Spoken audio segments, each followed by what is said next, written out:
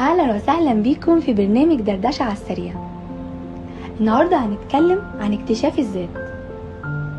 احنا جايين نقولك اكتشف ذاتك. ايوه، اكتشف نفسك.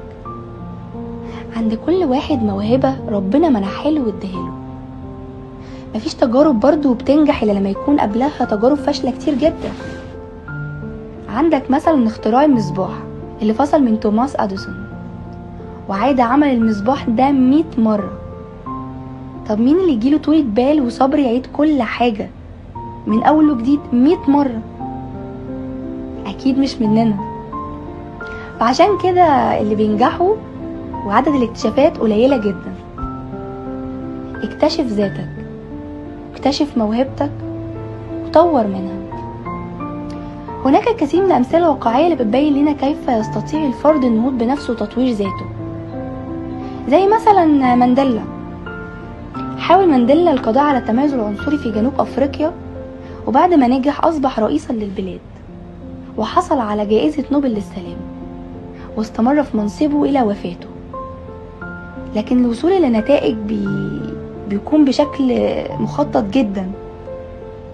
بينظر علماء النفس إلى شعور الإنسان اتجاه ذاته كعامل جوهري في دعم الصحة النفسية.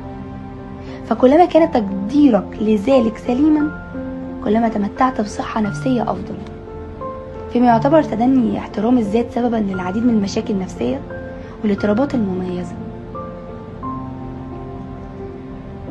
الحب الحقيقي هو انك تساعد شخص ليكتشف جمال نفسه.